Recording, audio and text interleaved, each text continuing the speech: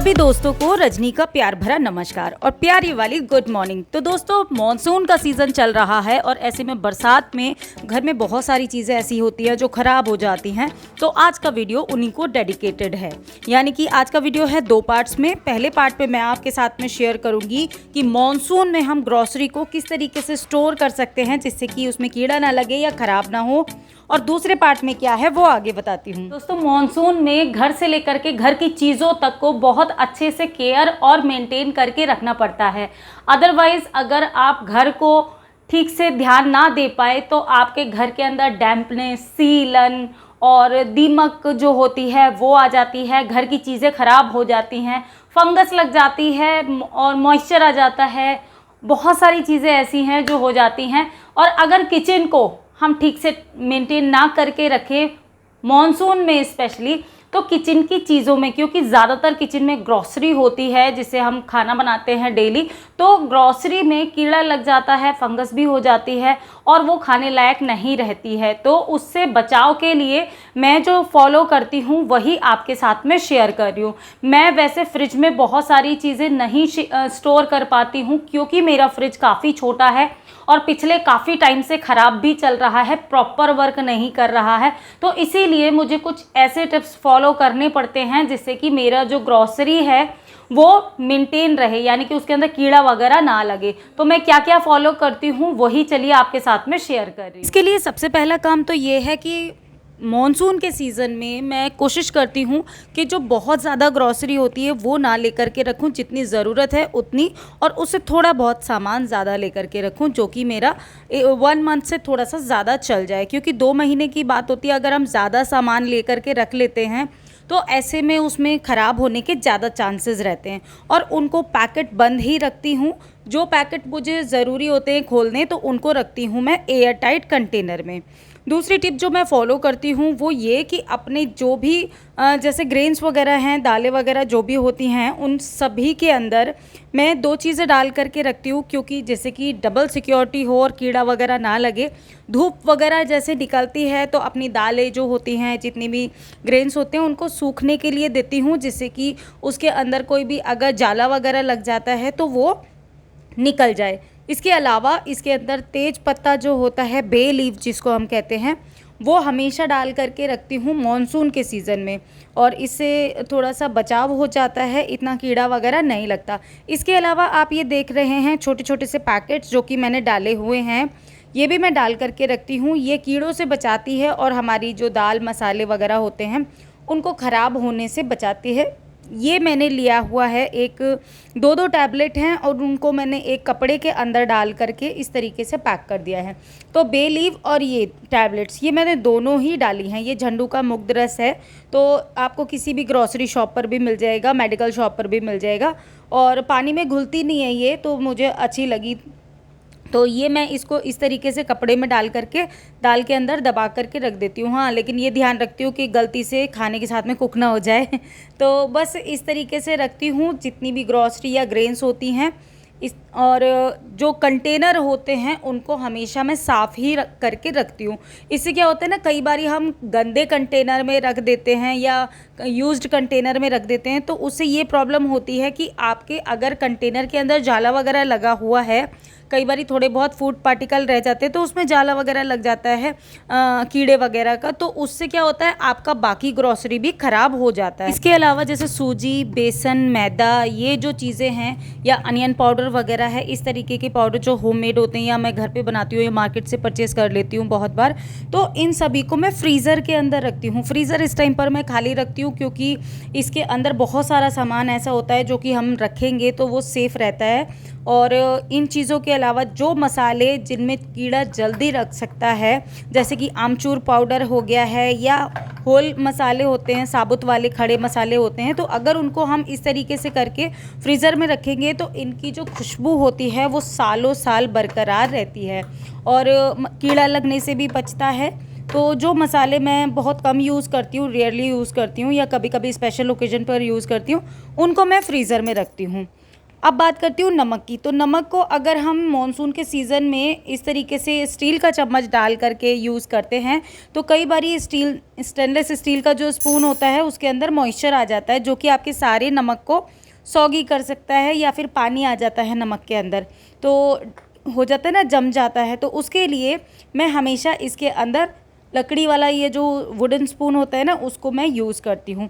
इस तरीके से करके मैं अपनी जितने भी दालें, मसाले, आटा चावल वगैरह है, या जो भी मेरे ग्रेन्स हैं, स्पाइसेस हैं, उन दोस्तों दूसरे पार्ट में मैं आपके साथ में शेयर कर रही हूँ घर की मलाई से मैं किस तरीके से बटर निकालती हूँ और पनीर बनाती हूँ, यानी कि मक्खन और पनीर घर की मलाई से ही आज हम बनाएंगे, बहुत ही आसान तरीके से। तो ये लगभग 4-5 दिन की मलाई है और इसको मैं फ्रीज़र में रखती हूँ। उससे पहले जब मुझे इसका मक्खन बनाना था तो लगभग आधे घंटे पहले मैंने इसको बाहर निकाल दिया था, क्योंकि आजकल गर्मी बहुत है तो बहुत ज़्यादा देर तक पहले नहीं निकाल सकते।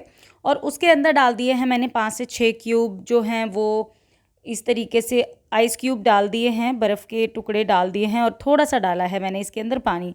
इसके बाद में मैं इसको मिक्सर ग्राइंडर में ग्राइंड करूँगी, जैसे कि थोड़ा थोड़ा रोक रोक करके, एकदम से ज़्यादा देर तक नहीं चलाना है, वरना वो क्रीम बन जाती है और हमारा जो बटर है वो अच्छे से नहीं निकल पाता है। बस बीच बीच में हमें थोड़ी थोड़ी देर के लिए अपनी मिक्सर ग्राइंडर को या मिक्सी को थोड़ा रोकना पड़ेगा, और इस तरीके से थोड़ा थोड़ा रोक रोक करके हमें चलाना है, और कम से कम 5 से 7 मिनट में हमारा अच्छा खासा बटर बन करके तैयार हो जाता है।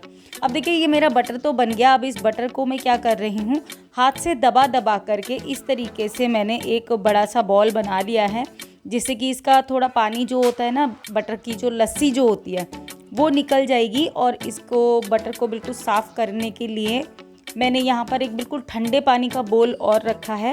जैसे ही मेरा ये बटर बन करके तैयार हो जाएगा, ये देखिए पूरा अच्छा वाला बन गया है। अब इसको मैं पानी में वॉश कर लिया है, बिल्कुल ठंडे चिल्ड वाटर में मैंने वॉश करके अलग कंटेनर में कर दिया है। अब इस कंटेनर को मैं लगभग 5 से 7 मिनट के लिए रख दूँगी फ्रिज में, जिससे कि ये बिल्कुल जम जाए और अगर एक्स्ट्रा पानी हो इसके अंदर तो वो निकल जाए। ये देखिए 7-8 मिनट के बाद में जब मैंने निकाला तो ऐसा हो गया था। और साथ ही साथ में बना रही हूँ पनीर।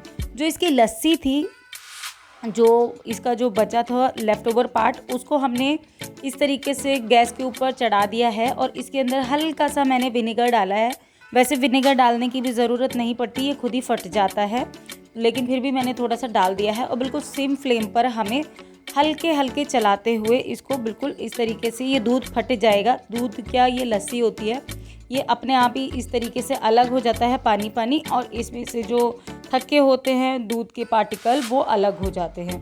तो इसको हल्के हल्के हाथ से बिल्कुल सिम फ्लेम पर ही पकाना है। लगभग 5 से 7 मिनट के अंदर जब ये अलग होने लगेगा तब हमें गैस को बिल्कुल बंद कर देना है, जिससे कि ये अपने आप पकता रहे और अच्छे से ये अलग हो जाएगा। इतनी देर में मैं कर लेती हूँ तैयारी अपने बटर की। तो बटर को बिल्कुल प्रॉपर तरीके से रखने के लिए मैं क्या करती हूँ, ये पार्चमेंट पेपर होता है, पार्चमेंट पेपर के ऊपर जो मैंने फ्रिज में रखा था अपना बटर जितना भी निकाला था, इस पार्चमेंट पेपर के ऊपर रख करके इस तरीके से मैंने यहाँ पर सेट कर दिया है। बटर डिश में मैंने सेट कर दिया है। और अब इससे क्या होगा, जितना भी अगर कोई भी थोड़ा बहुत एक आध ड्रॉप रह गई होगी जो लस्सी की है वो भी निकल जाएगी इस तरीके से। तो अब बना रहे हैं हम पनीर। देखिए थोड़ा सा ठंडा हो गया है, ये जो हमने दूध को फाड़ा था उसको मैंने इस तरीके से मैंने एक पनीर मेकर लिया हुआ है और इसमें मैं डाल देती हूँ। इसके लिए मेरे को कोई कपड़ा वगैरह जैसे होता है ना, मलमल का कपड़ा यूज़ करते हैं, वो सब यूज़ करने की ज़रूरत नहीं पड़ती है। सारा पानी इसके अंदर निकल गया है। बस यही ट्रिक है कि इससे हमें बहुत ज़्यादा चीज़ें और बहुत ज़्यादा झंझट करने की ज़रूरत नहीं। बस इस पनीर मेकर में मैंने पानी डाला, जो था वो निकल गया, और जो थोड़ा बहुत बारीक बारीक रह गया था वो मैंने स्ट्रेनर की हेल्प से इसके अंदर डाल दिया है। अब इसके ऊपर वाला जो पोर्शन है इसको मैं रख दूंगी इस तरीके से और दबा करके जो एक्स्ट्रा पानी था वो निकाल दूंगी। अब इसके बाद में कोई भारी सी चीज़ इसके ऊपर रख दूंगी उल्टा करके, और एक उल्टी करके प्लेट जो है वो मैंने रखी है, जिससे कि इसका एक्स्ट्रा वाटर जो होगा ना उस प्लेट के किनारे में आ जाएगा। तो हमारी जो प्लेट है वो कपड़ा जो है या सरफेस जो है वो भी ख़राब नहीं होगा। तो इस तरीके से अब मैं इसको 2 से 3 घंटे तक रख दूँगी बनाने के लिए। अब ये खुद ही ठंडा होकर के सेट हो जाएगा और लगभग 3 या 4 घंटे के लिए रखेंगे। उसके बाद में मैंने तो देखिए मलाई से बनाया है, तो ये बहुत ही थोड़ा-सा बना है। अगर आप मिल्क से बनाते हैं तो दूध को भी इसी तरीके से फाड़ करके इस तरीके से घर पर टेस्टी और बिल्कुल ओरिजिनल प्योर जिसको कहना चाहिए पनीर बना सकते हैं। ये देखिए 2 घंटे 3 घंटे रखा था मैंने और ये इस तरीके से बन गया है पनीर। अब इसको कट करके हम इसको खाने में यूज़ कर सकते हैं। और मैंने इसको ना वॉश भी किया था, काटने से पहले एक बार वॉश कर लिया था, तो ये और अच्छा हो गया है।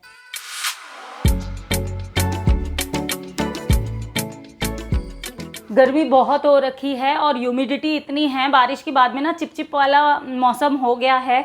तो फिलहाल वो तो मौसम की बात रही। दोस्तों आज का वीडियो इतना ही था, आशा है आपको पसंद आया होगा।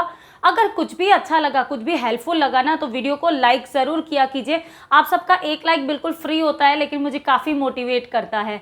और चैनल पर बने रहिए इसी तरीके के वीडियो देखने के लिए। आगे भी मैं काफ़ी इंटरेस्टिंग से वीडियो आप सबके साथ में शेयर करती रहती हूँ।